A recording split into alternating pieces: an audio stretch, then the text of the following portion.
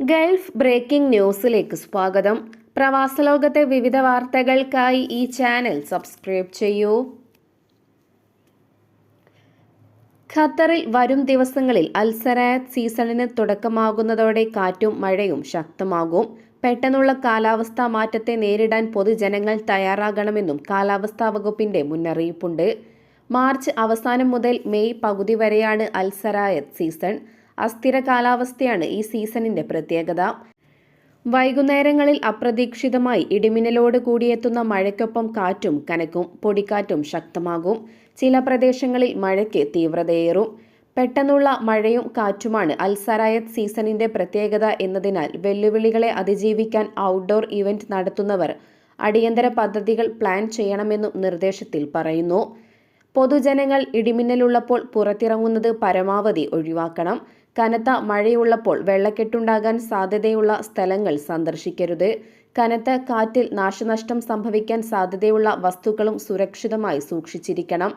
കാലാവസ്ഥാ വകുപ്പിന്റെ അപ്ഡേറ്റുകൾ കൃത്യമായി അറിയണമെന്നും അധികൃതർ ഓർമ്മിപ്പിച്ചു.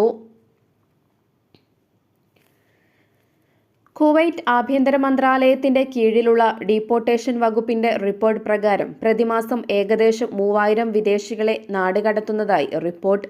പൊതുതാൽപര്യം മുൻനിർത്തി പുറപ്പെടുവിക്കുന്ന അഡ്മിനിസ്ട്രേറ്റീവ് ഉത്തരവുകൾ ക്രിമിനൽ കേസുകളിൽ ശിക്ഷ കഴിഞ്ഞ് ജുഡീഷ്യൽ ഉത്തരവുകളുടെ അടിസ്ഥാനത്തിലുമാണ് നാടുകടത്തുന്നത്. ആക്ടിംഗ് പ്രധാനമന്ത്രി ഷെയ്ഖ് ഫഹദ് അൽ യൂസുഫിന്റെ മേൽനോട്ടത്തിൽ ആഭ്യന്തര മന്ത്രാലയം അടുത്തിടെ ഭരണ സുരക്ഷാ മേഖലകളിലും ഗണ്യമായ മാറ്റങ്ങൾ കൊണ്ടുവന്നിരുന്നു. ഇതിൽ ആധുനികവൽക്കരണമാണ് ഏറ്റവും ശ്രദ്ധേയമായ പുരോഗതികളിലൊന്ന്. പുതിയ നാടുകടത്തൽ കേന്ദ്രമടക്കമുള്ള സംവിധാനങ്ങൾ പ്രവർത്തനക്ഷമമാക്കി. ഇതോടെ മാസം തോറും 3000 പേരെ തിരിച്ചയക്കാൻ കഴിയുന്നുണ്ടെന്ന് ആഭ്യന്തര മന്ത്രാലയത്തെ ഉദ്ധരിച്ച് റിപ്പോർട്ടുണ്ട്. സ്പോൺസറോ നാടുകടത്തപ്പെടുന്ന ആളോ യാത്രാ ടിക്കറ്റ് നൽകുന്നതിൽ പരാജയപ്പെട്ടാൽ ഡീപ്പോർട്ടേഷൻ ഡിപ്പാർട്ട്മെന്റ് കെട്ടിടത്തിനുള്ളിലെ ട്രാവൽ ഏജൻസികൾ വഴി ആഭ്യന്തര മന്ത്രാലയം ടിക്കറ്റ് എടുക്കും. പിന്നീട് പ്രസ്തുത ചെലവ് സ്പോൺസറിൽ നിന്ന് മന്ത്രാലയം ഈടാക്കുമെന്നും വ്യക്തമാക്കി. നാടുകടത്തൽ കേന്ദ്രത്തിൽ എത്തിയാൽ ശരാശരി 3 ദിവസം കൊണ്ട് നടപടികൾ പൂർത്തിയാക്കും. എന്നാൽ സാധുവായ പാസ്പോർട്ട്, എമർജൻസി സർട്ടിഫിക്കറ്റ് എന്നിവ ലഭ്യമാക്കാൻ താമസമെടുക്കുന്ന വേളയിൽ വൈകാറുണ്ട്. മനുഷ്യാവകാശങ്ങൾ പൂർണ്ണമായും പാലിച്ചാണ് നാടുകടത്തൽ പ്രക്രിയ നടത്തുന്നതെന്നും അധികൃതർ വ്യക്തമാക്കി. സൗദിയിലെ വിദ്യാഭ്യാസ സ്ഥാപനങ്ങൾ പെരുന്നാൾ അവധിക്കായി അടച്ചു. അധ്യയനം തീർന്ന ശേഷമാണ് കഴിഞ്ഞ ദിവസം സ്കൂളുകൾ അടച്ചത്. ഈ വർഷം 18 ദിവസം പെരുന്നാൾ അവധി ലഭിക്കും. തേർഡ് സെമസ്റ്റർ ക്ലാസുകൾ ഏപ്രിൽ 6-നാണ് ആരംഭിക്കുന്നത്. പെരുന്നാൾ അവധിക്ക് ശേഷം തുറക്കുന്ന സ്കൂളുകളിൽ വേനൽക്കാല പ്രവർത്തന സമയമാണ് നിലവിലുണ്ടാവുക. റിയാദിൽ സ്കൂൾ അസംബ്ലി രാവിലെ 6:15-നും ആദ്യ പീരീഡ് 6:30-നും ആരംഭിക്കുമെന്നും റിയാദ് വിദ്യാഭ്യാസ വകുപ്പ് അറിയിച്ചു. ജൂൺ 26-ന് വേനലവധിക്ക് സ്കൂളുകൾ അടയ്ക്കുന്നതുവരെ വേനൽക്കാല പ്രവൃത്തി സമയം നിലവിലുണ്ടാകും. അതിനിടെ ജിദ്ദയിൽ ഫോർമുല 1 കാർ റേസ് മത്സരങ്ങൾ നടക്കുന്നതിനോടനുബന്ധിച്ച് ഏപ്രിൽ 20-21 തീയതികളിൽ ജിദ്ദ, മക്ക, തായിഫ് എന്നിവിടങ്ങളിലെ വിദ്യാഭ്യാസ സ്ഥാപനങ്ങൾക്ക് വിദ്യാഭ്യാസ മന്ത്രാലയം അവധി പ്രഖ്യാപിച്ചു. 2025-ലെ വേൾഡ് ഹാപ്പിനെസ് ഇൻഡെക്സ് അഥവാ ആഗോള സന്തോഷ സൂചികയിൽ UAE റാങ്കിംഗ് മെച്ചപ്പെടുത്തി. America, Britain, Germany, France, Singapore എന്നീ രാജ്യങ്ങളെയും മറ്റെല്ലാ അറബ് രാജ്യങ്ങളെയും പിന്നിലാക്കി ആഗോളതലത്തിൽ 21-ാം സ്ഥാനം നേടിയെടുത്തിരിക്കുകയാണ് UAE. അതേസമയം ആഗോളതലത്തിൽ പണം സംഭാവന ചെയ്യുന്നതിൽ UAE ലോകത്ത് 16-ാം സ്ഥാനത്തും സന്നദ്ധ സേവന സമയത്തിന്റെ കാര്യത്തിൽ 19-ാം സ്ഥാനത്തുമാണ്. എന്നാൽ അപരിചിതനെ സഹായിക്കുന്നതിൽ ലോകത്ത് 67-ാം സ്ഥാനത്താണ് UAE. ഗാലപ്പ് പുറത്തിറക്കിയ വേൾഡ് ഹാപ്പിനെസ് റിപ്പോർട്ട് 2025-ൽ പ്രസിദ്ധീകരിച്ച കണ്ടെത്തലുകൾ പ്രകാരം നഷ്ടപ്പെട്ട പേഴ്സ് ഒരു അപരിചിതൻ തിരികെ നൽകുമെന്ന് വിശ്വസിക്കുന്നതിൽ UAE ലോകത്ത് 12-ാം സ്ഥാനത്താണ്. സന്തോഷ സൂചികയിൽ UAE പൊതുവെ ഉയർന്ന സ്ഥാനത്തുമാണ്.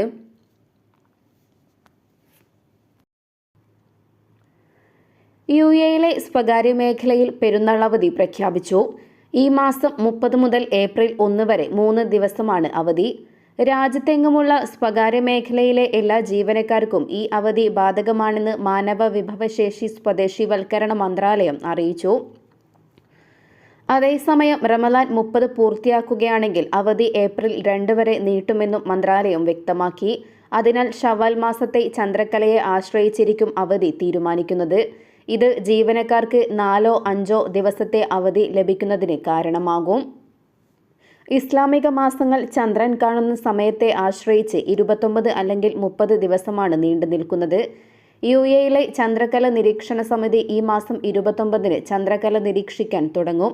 അന്ന് വൈകിട്ട് ചന്ദ്രക്കല കണ്ടാൽ ഗ്രിഗോറിയൻ കലണ്ടർ അനുസരിച്ച് 30, 31, ഏപ്രിൽ 1 തീയതികളിൽ പെരുന്നാൾ അവധി ദിവസങ്ങൾ വരും. അതിന്റെ ഫലമായി 4 ദിവസത്തെ ഇടവേള ലഭിക്കും.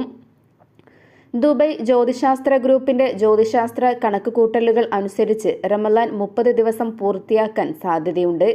പൊതുമേഖലാ ജീവനക്കാർക്കും സമാനമായ അവധി ദിവസങ്ങൾ ലഭിക്കും. സ്വകാര്യ മേഖലയിൽ ജോലി ചെയ്യുന്നവർക്ക് UAE നടപ്പിലാക്കിയ ഏകീകൃത അവധിക്കാല നയം എല്ലാവർക്കും വർഷം മുഴുവൻ തുല്യ അവധികൾ ഉറപ്പാക്കുന്നു. ജാനുവരിയിൽ നിലവിൽ വന്ന വെടിനിർത്തൽ കരാർ ലംഘിച്ച് ഗാസ മുനമ്പിൽ ഇസ്രായേൽ നടത്തുന്ന വ്യോമാക്രമണത്തെ UAE ശക്തമായി അപലപിച്ചു. ഗാസ മുനമ്പിലെ മാനുഷിക ദുരന്തം കൂടുതൽ വഷളാക്കുകയും നിരപരാധികളുടെ ജീവൻ നഷ്ടപ്പെടാൻ കാരണമാവുകയും ചെയ്യുന്ന ഏതൊരു സൈനിക സംഘർഷത്തിന്റെയും അനന്തരഫലങ്ങളെക്കുറിച്ച് UAE മുന്നറിയിപ്പ് നൽകുന്നതായും വിദേശകാര്യ മന്ത്രാലയത്തിന്റെ പ്രസ്താവനയിൽ വ്യക്തമാക്കി. സംഘർഷം തടയുന്നതിന് അടിയന്തര നടപടികൾ സ്വീകരിക്കണമെന്ന് UAE അന്താരാഷ്ട്ര സമൂഹത്തോട് ആവശ്യപ്പെട്ടു. വെടിനിർത്തൽ കൈവരിക്കുന്നതിനും സാധാരണക്കാരെ സംരക്ഷിക്കുന്നതിനുമുള്ള അടിയന്തര ശ്രമങ്ങൾ നടപ്പിലാക്കാൻ എല്ലാവരും മുന്നിട്ടിറങ്ങണം. മനുഷ്യജീവനുകൾക്ക് ഭീഷണിയായ ശിക്ഷാ നടപടികൾ അവസാനിപ്പിക്കുക, വൈദ്യുതി പുനഃസ്ഥാപിക്കുക, ക്രോസിംഗുകൾ തുറക്കുക, മാനുഷിക സഹായത്തിന്റെ അടിയന്തരവും സുസ്ഥിരവും തടസ്സമില്ലാത്തതുമായ വിതരണം എളുപ്പമാക്കുക എന്നിവയുടെ പ്രാധാന്യം UAE ആവർത്തിച്ചു. ഇരുപക്ഷവും തമ്മിലുള്ള വെടിനിർത്തൽ കരാർ പുനരാരംഭിക്കേണ്ടതിന്റെ ആവശ്യകതയും UAE ഊന്നിപ്പറഞ്ഞു. കൂടാതെ സിവിലിയന്മാർക്കും ജനവാസ മേഖലകൾക്കും നേരെയുള്ള തുടർച്ചയായ ഇസ്രായേലി വ്യോമാക്രമണങ്ങൾ അധിനിവേശ ഫലസ്തീൻ പ്രദേശത്തെ സ്ഥിതിഗതികൾ വഷളാക്കുമെന്നും കൂടുതൽ ആക്രമണത്തിലേക്കും അസ്ഥിരതയിലേക്കും മേഖലയെ നയിക്കുമെന്നും UAE വിദേശകാര്യ മന്ത്രാലയം മുന്നറിയിപ്പ് നൽകി.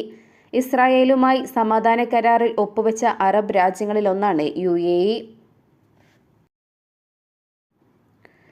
കണ്ണ് മാത്രം പുറത്തു കാണുന്ന രീതിയിലുള്ള മുഖാവരണം അഥവാ നിഖാബ് ധരിച്ച് വാഹനമോടിക്കുന്ന ഡ്രൈവർമാർക്കെതിരെ നടപടിയുമായി കുവൈറ്റ് ആഭ്യന്തര മന്ത്രാലയം.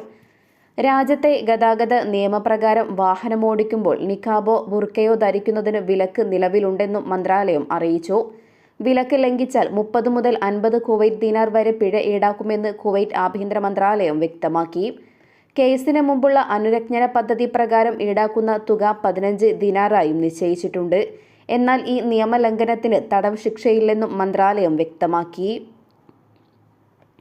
വാഹനമോടിക്കുമ്പോൾ കണ്ണ് മാത്രം പുറത്തു കാണുന്ന രീതിയിലുള്ള നിഖാബ് ധരിക്കുന്നത് ഡ്രൈവറുടെ കാഴ്ചയെയും ഏകാഗ്രതയെയും തടസ്സപ്പെടുത്തുകയും അതുവഴി വാഹനാപകട സാധ്യത വർദ്ധിപ്പിക്കുകയും ചെയ്യുമെന്ന് ആഭ്യന്തര മന്ത്രാലയം നിരീക്ഷിച്ചു.